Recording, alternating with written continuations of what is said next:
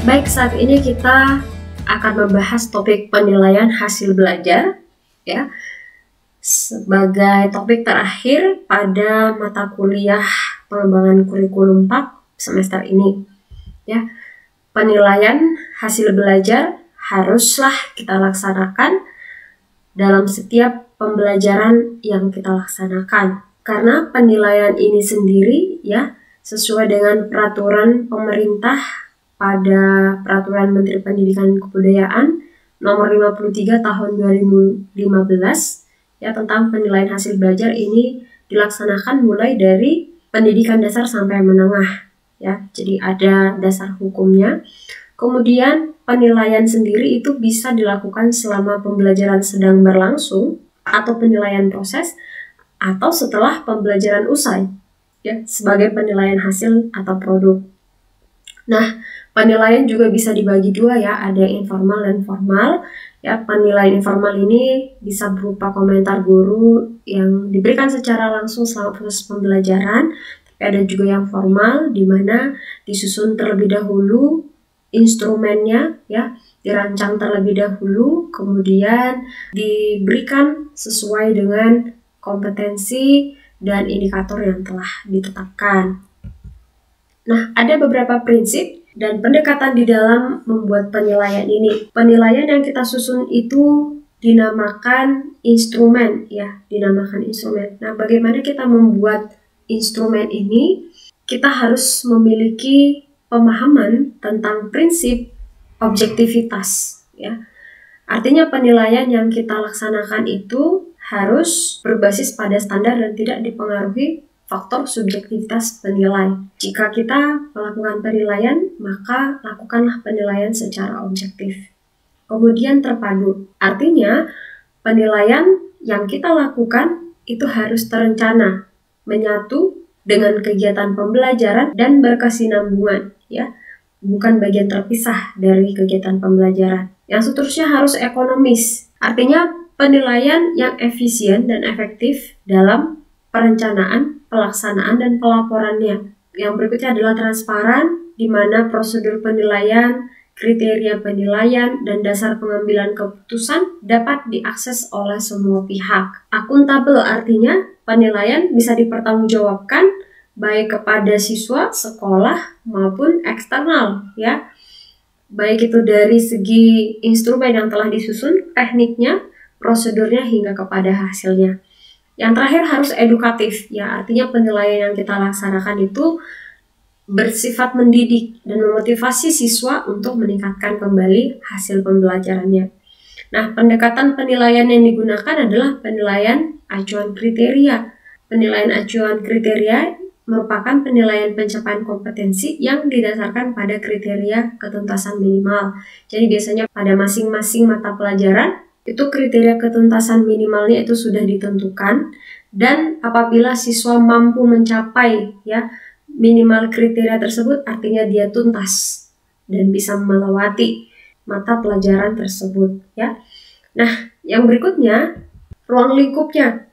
Dalam penilaian hasil belajar, peserta didik mencakup kompetensi sikap ya, pengetahuan dan keterampilan. Ada kognitifnya, ada psikomotornya, ada afektifnya yang dilakukan secara berimbang sehingga dapat digunakan untuk menentukan posisi relatif setiap peserta didik terhadap standar yang telah ditetapkan. Jadi tidak boleh penilaian kognitif melulu, ujian tes tertulis ya, pilihan berganda, esai, dan seterusnya ya, atau hanya kompetensi keterampilan terus misalnya. Tidak boleh juga, harus dibarengi dengan keseimbangan kepada aspek-aspek ataupun kompetensi yang lain ya. Yang berikutnya, cakupan penilaian merujuk pada ruang lingkup materi, kompetensi mata pelajaran, kompetensi muatan, kompetensi program, dan proses. Jadi tidak hanya tertutup pada ruang lingkup tertentu ya, kita harus melihat juga kompetensi mata pelajaran itu sendiri, muatan-muatan yang ada di dalamnya. Bagaimana cara melakukan penilaian kepada kompetensi pengetahuan ataupun kognitif? Itu kita bisa melakukan beberapa teknik ya, karena penilaian pengetahuan kognitif ini terdiri dari tes dan non-tes. Kalau tes ini terbagi dua, tes tertulis dan tes lisan. Nanti dalam tes ini ada penugasan dan seterusnya ya. Nanti ada beberapa contoh penugasan. Dan untuk tes tertulis sendiri kita bisa memilih apakah itu soal pilihan berganda, soal isian, jawaban singkat, benar salah, menjodohkan, hingga uraian ya. Dan tentunya instrumen kita itu harus dilengkapi dengan pedoman penskoran. Jadi tidak menimbulkan kebingungan kepada peserta didik yang juga dites atau kita sebagai orang yang memberikan tes ya. Harus ada petunjuk yang jelas dan juga pedoman penskoran yang jelas. Jadi ini nanti kita cantumkan juga sebagai bagian lampiran daripada RPP kita, sehingga ada sebuah susunan ataupun desain yang utuh ya. Jikalau di dalam RPP kita tidak ada penilaian, kita tidak punya pedoman penskoran, kita tidak punya jenis tes yang akan dilakukan, maka RPP itu belum bisa dikatakan sempurna atau lengkap ya. Jadi harus dilengkapi. Bahkan soal ataupun instrumen yang setelah kita susun itu harus dilampirkan. Nah, kemudian tes lisan. Ini tes lisan bisa berupa interview wawancara yang bisa semi-structure, artinya ada beberapa catatan ataupun topik yang dicatat ya, ataupun yang dia sudah benar-benar tersusun atau terstructure, jadi sudah didaftar semua pertanyaan-pertanyaan yang akan diajukan secara lisan. Nah, yang non-tes bisa contohnya penugasan ya. Penugasan ini bisa pekerjaan rumah, bisa project ya, yang dikerjakan secara individu maupun kelompok sesuai dengan karakteristik tugas. Jadi ini juga bagian dari penilaian pada kompetensi pengetahuan. Apakah mereka mengerjakan pekerjaan rumahnya ya, apakah proyek yang telah diarahkan dikerjakan. Nah, penilaian kompetensi pengetahuan ini menggunakan angka 0 sampai 100, sedangkan untuk ketuntasannya setiap mata pelajaran minimal 60 ya. Tapi pada dasarnya ini tergantung juga kepada standar daripada sekolah ataupun mungkin mata pelajaran tertentu ya. Tidak semuanya harus 60, sesuaikan dengan mata pelajaran yang kita ampu. Nah, bagaimana dengan penilaian pada kompetensi keterampilan? Pada penilaian keterampilan ya ataupun psikomotor, kita bisa melaksanakan penilaian dalam 3 bagian ya. Yang pertama, kita bisa membuat penilaian kinerja atau unjuk kerja atau performance assessment. Ini sama saja ya. Penilaian berdasarkan performance ataupun kinerja ini menuntut peserta didik mendemonstrasikan suatu kompetensi tertentu dengan menggunakan tes praktik berupa keterampilan melakukan suatu aktivitas ataupun perilaku yang sesuai dengan tuntutan kompetensi tadi. Yang dinilai adalah penampilannya ataupun kinerjanya ya, bisa atau tidak melaksanakan atau mendemonstrasikan hal yang disuruh oleh guru sesuai dengan tuntutan kompetensi. Lalu penilaian yang bisa kita lakukan selanjutnya untuk kompetensi keterampilan yaitu penilaian project. Tugas-tugas belajar yang meliputi kegiatan perancangan, pelaksanaan dan pelaporan secara tertulis maupun lisan dalam waktu tertentu. Nah, selanjutnya penilaian portofolio. Penilaian portofolio ini dilakukan dengan cara menilai kumpulan seluruh karya peserta didik dalam bidang tertentu ya, untuk mengetahui minat, perkembangan, prestasi maupun kreativitas peserta didik dalam kurun waktu tertentu. Nah, ini misalnya dalam 1 semester si guru bisa mengarahkan siswanya untuk mengumpulkan semua tugas maupun tes yang pernah dikerjakan ya, ataupun proyek yang pernah dikerjakan. Nah, itu kemudian disusun dalam suatu laporan, dan portofolio ini sebenarnya cukup menggambarkan ya bagaimana perkembangan peserta didik kita, bagaimana keaktifan maupun ketertarikan maupun minat mereka terhadap pembelajaran. Dan pada penilaian kompetensi keterampilan bisa juga menggunakan angka 0 sampai 100, sedangkan ketuntasan untuk kompetensi keterampilan ya bisa minimal 60 ya, minimal 60, dan lagi-lagi tergantung kepada mata pelajarannya. Selanjutnya, teknik penilaian untuk kompetensi sikap ataupun afektif ini bisa kita laksanakan dengan beberapa jenis tes ya ataupun penilaian.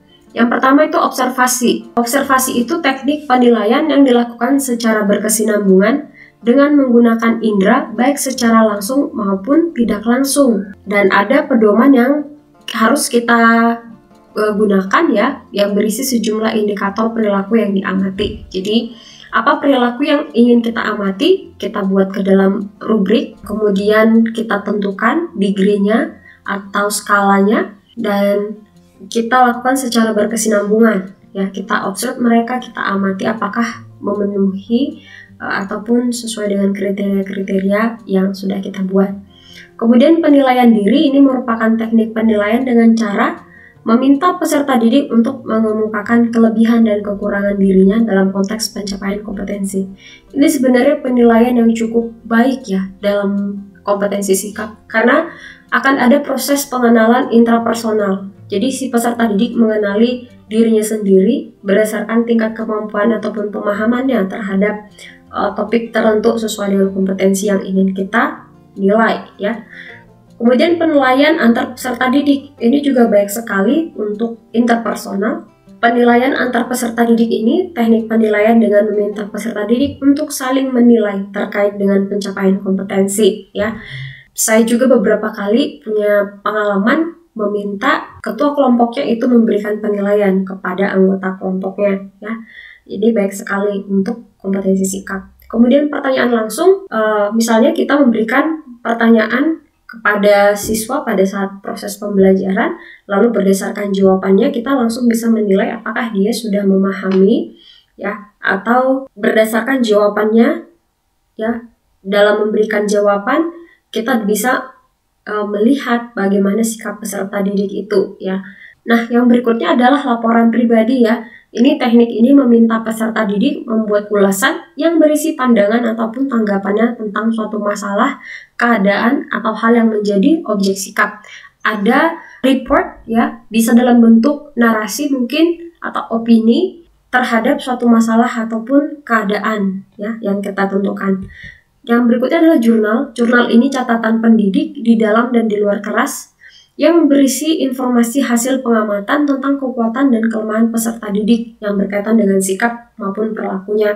Jadi guru pasti setiap guru punya catatan tersendiri ataupun catatan tertentu terkait sikap peserta didiknya.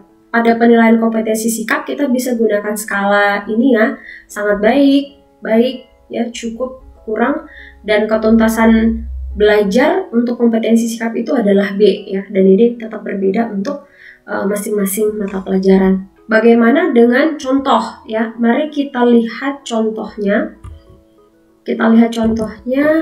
Misalkan ini adalah penilaian sikap ya. Penilaian sikap tadi ada beberapa. Ini adalah salah satu contohnya, yaitu penilaian jurnal ya, catatan harian tentang peserta didik oleh guru. Jadi kita sebagai guru punya catatan harian ya, hari apa kita mengajar, terus kita membuat catatan tertentu, misalnya ada yang menjawab pertanyaan kita, atau ada yang terlambat hadir, atau ada yang bersikap kurang baik. Nah, kita bisa isi dengan kejadian positif maupun negatif ya, tidak terbatas. Nah, catatan ini juga nanti bermanfaat untuk merekam dan menilai perilaku peserta didik. Ini bagus sekali untuk menjadi referensi kita di dalam membuat penilaian sikap nanti.